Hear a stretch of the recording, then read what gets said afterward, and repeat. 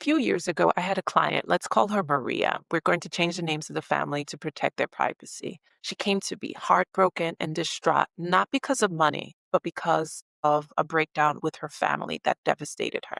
You see, after her mother passed away, there were three siblings. And after the mother passed away, something unexpected happened. And it all started with a sofa. Yes, a simple old sofa. It wasn't necessarily valuable or antique or even in necessarily good condition. But for some reason, it was such a contentious topic for the family. It was a memory. It held so much memory because the mother used to sit on the sofa every Sunday afternoon, surrounded by her children and laughter. And so when it came to divide the estate, as per the instructions of the will, because the mother had a will, the sofa and the family house it sat in tore the family apart. It was so sad to see because initially this family was extremely close. They spent holidays, they would visit each other multiple times in the week. They had dinner together and lunch together. Two siblings, in fact, even worked together. So it was really devastating to see that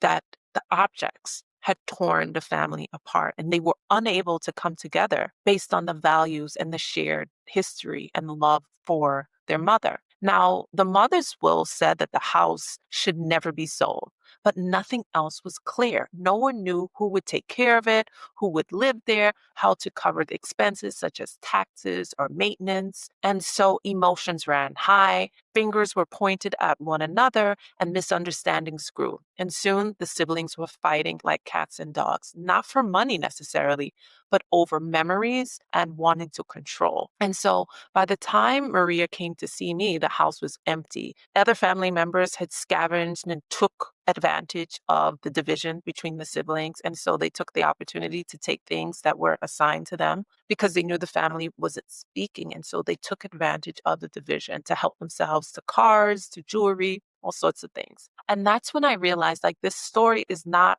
rare. It happens every single day. Families lose each other, not because of greed necessarily, but because there was never a clear plan. And because there was never a clear plan, people act out, not necessarily because of money, but because of hurt, of emotions, of something that happened when one of them were 12 years old and they didn't feel acknowledged. And so they acted out into adulthood. And so because of that, and I want you to take this as a cautionary tale.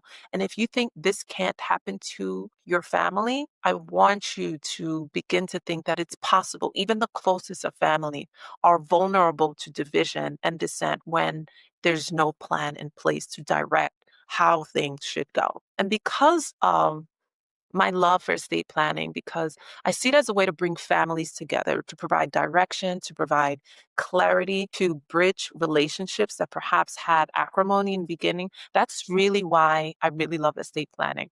I also say I create millionaires. Something that happens when you do estate planning and that the beneficiaries, because the estate plan is sort of like a vessel to carry the wealth, not just financial wealth, but the values of the previous generation into the succeeding generation. I always say I create millionaires that way because my beneficiaries end up becoming millionaires because of the sound estate planning service that I can provide. So, with that understanding, I spent years pouring into what I'm about to reveal, which is my book, Chaos to Clarity Estate Planning for People Who Think They Don't Need It. I poured in all of the questions, the pitfalls, the uncertainties that clients and their family members have regarding death and planning for death. And I put it all in one place for you. Now, this is currently available on Amazon. It will be available in other platforms, and I'm also going to translate it into Spanish for my Latino community. Now, as I mentioned, this book is years and years of research, of experience working with, I've probably done maybe close to 1,000 real estate closings, and I've worked with several dozen estate planning clients, and I fine-tuned all of the questions that a client may have, and I put it all in one place so that you can have a resource guide for you and your family members as well as your friends. Now it is with humility that I even present this book to you with the understanding that so many people are struggling financially. And I know estate planning is the last thing that many people are thinking of. Many people mistakenly believe that estate planning is an exercise for the elite or an aristocratic family like we saw in the Downton Abbey series. This could not be further from the truth. If anything, family of modest means perhaps need to do estate planning more so than a wealthy family because they have less resources to rely upon. And the loss of a family home can devastate a family and render several people houseless and without security. More so than an aristocratic family has more means, has more access to resources. So the fall won't be as dramatic, which is why I really wrote this book. I wrote this book for those who don't know they need it, to know that they need it, that this is a resource guide for the millions of Americans that are working every single day who are wondering what they need to have in place in order to pass down to their succeeding generations. So, what's in this book? Now, this book walks you through probate, what you need to know about probate, and why you want to avoid it.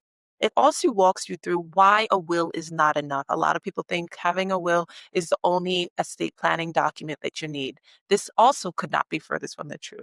While a will is better than no will, you also need complementary documents regarding estate planning.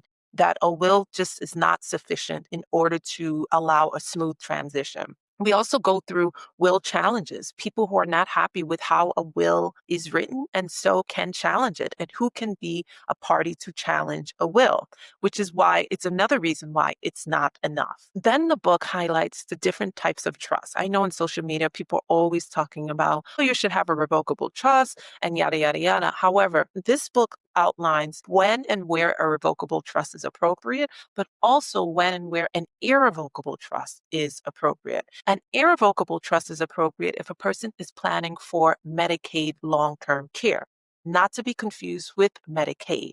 Medicaid long term care is a type of long term care insurance for individuals who are seniors or have a severe disability. So you also want to know that distinction, which is mentioned in this book.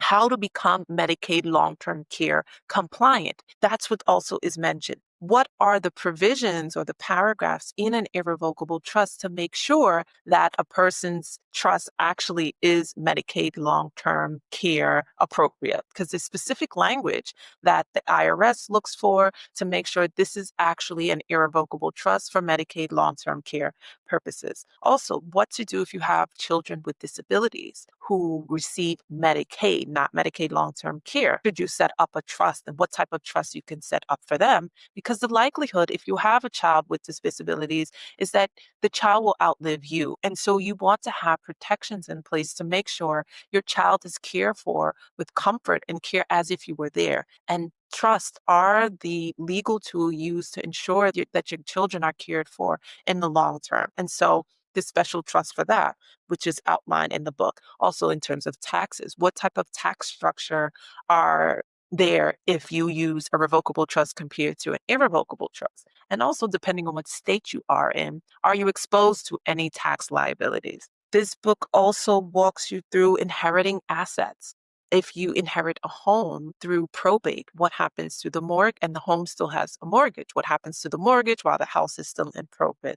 So, as you see, I do not gatekeep in this book. I walk you through all of the pitfalls and the things that you need to maneuver regarding the transitioning of someone. And this is currently available on Amazon. I'm going to have another book launch party on YouTube. So, it's going to be virtual, where I'm going to walk through the main topics discussed in the books, and it will also give you an opportunity to ask me questions regarding estate planning. But remember, this information, for the most part, it's general information that impacts you no matter what state you're in. The only difference will be based on like Medicaid and income levels that will have distinction based on the state. But the general premise is that this is information to apply to you wherever you are in the United States. There's also a glossary of terms that you can refer to if there's terminology in here that you do not understand. But I write this to be as clear and easy to comprehend, not from a lens of a lawyer, like trying to pontificate. I want it to be as simple and easily understood as possible. And I've also written a book that you can start reading any chapter in any order. It doesn't necessarily require you to read it in order, that you can just jump in and read a section and take notes.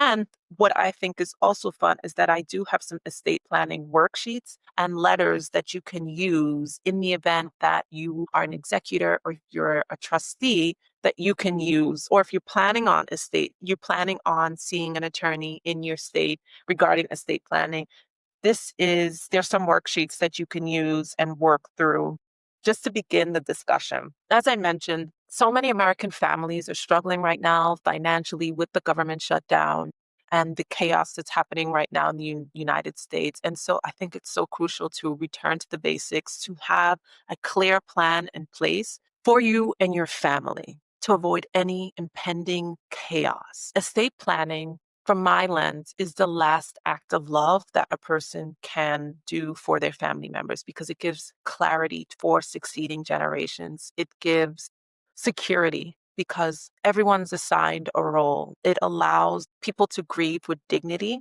and self respect rather than having to fight over property or money or a home. And that's what I wanted to present in this book. Like, from the chaos that can ensue because of the death of somebody, this book will give you clarity. It's a resource guide that you could turn to time and time again if a loved one has passed away and you don't know where to begin. I also want this book to bridge an intergenerational discussion for families to really sit down and start to discuss estate planning. As I said, it's not a game for the elite. It is a game for the everyday family. It is an exercise that the everyday American family needs to partake in and take their control back from the government that has people so powerless and despondent. Estate planning is an exercise that requires a discussion from the children to the grandchildren to the great grandchildren. Because I'll be honest with you, if you're a millennial or you're a Gen Z listening to this book, the baby boomers are essentially the most financially secure generation right now, right? And so what's happening right now is that there is what's called a silver tsunami, meaning there's a large amount of wealth transfer from the boomers to Generation Z and millennials and Generation X. But guess what? That's eaten up because of probate and Medicaid long-term care costs. I'm not necessarily conspiracy theorist, but hear me out, that the powers that be that run this country know that there is a large wealth transfer about to happen, and that is being undermined. That's what I think is happening. And so that is being undermined, and that is disadvantaging younger generations more than ever. And so there is a way that you can step into your power and have a conversation with your parents and your grandparents regarding estate planning to ensure your inheritance. And I know some people are like, well, I don't want my parents thinking that I want anything from them, or I don't want to come off as, it's not about greed. It is not about greed. It is about your parents and your grandparents working decades, sacrificing time with family, sacrificing health in many cases to be able to provide for succeeding generation, and other people who do not deserve that money being entitled to take that money away from you. So essentially it's taking food out of your mouth. Where one generation is supposed to be doing better than the next generation, evolutionary speaking, that's supposed to happen. The next generation is evolutionary, more developed and more acute than the preceding generation. That is how it's supposed to be. But financially, that is being undermined. And there's also a breakdown of relationships. And so I created this book to bridge that understanding, to bridge the discussion, because it's so crucial to have right now with families to talk about money. We need to come together more than ever and to rely on one each other and support one another during this time, because the powers that be want it divided, despondent, sick, fighting each other in the parking lot. And you have to take your power back. You have to take your power back. You have to take your control back. And you have to have a family discussion as to how things go. It's going to require leadership and it's going to require sacrifice to have a discussion regarding estate planning. But you will be better for it in the long run, because it will ensure that a legacy is passed on and not just debt and confusion and travesty. And so this book is currently available on Amazon. It's also going to be available through Ingram Sparks. So if you do not have the means to purchase it, it will definitely be available in public libraries across the country. I'm going to provide the details for that. And I'm also going to have a book launch party on YouTube. So if you have any estate planning questions and you have a more nuanced situation that you want my legal perspective on, you can ask that question in the book launch live party. So again, this is currently available on Amazon. I hope you can pick it up and give me some feedback as to your opinions on it. Now, again, thank you for your time. I wish you all the best, and I will see you soon. Bye bye.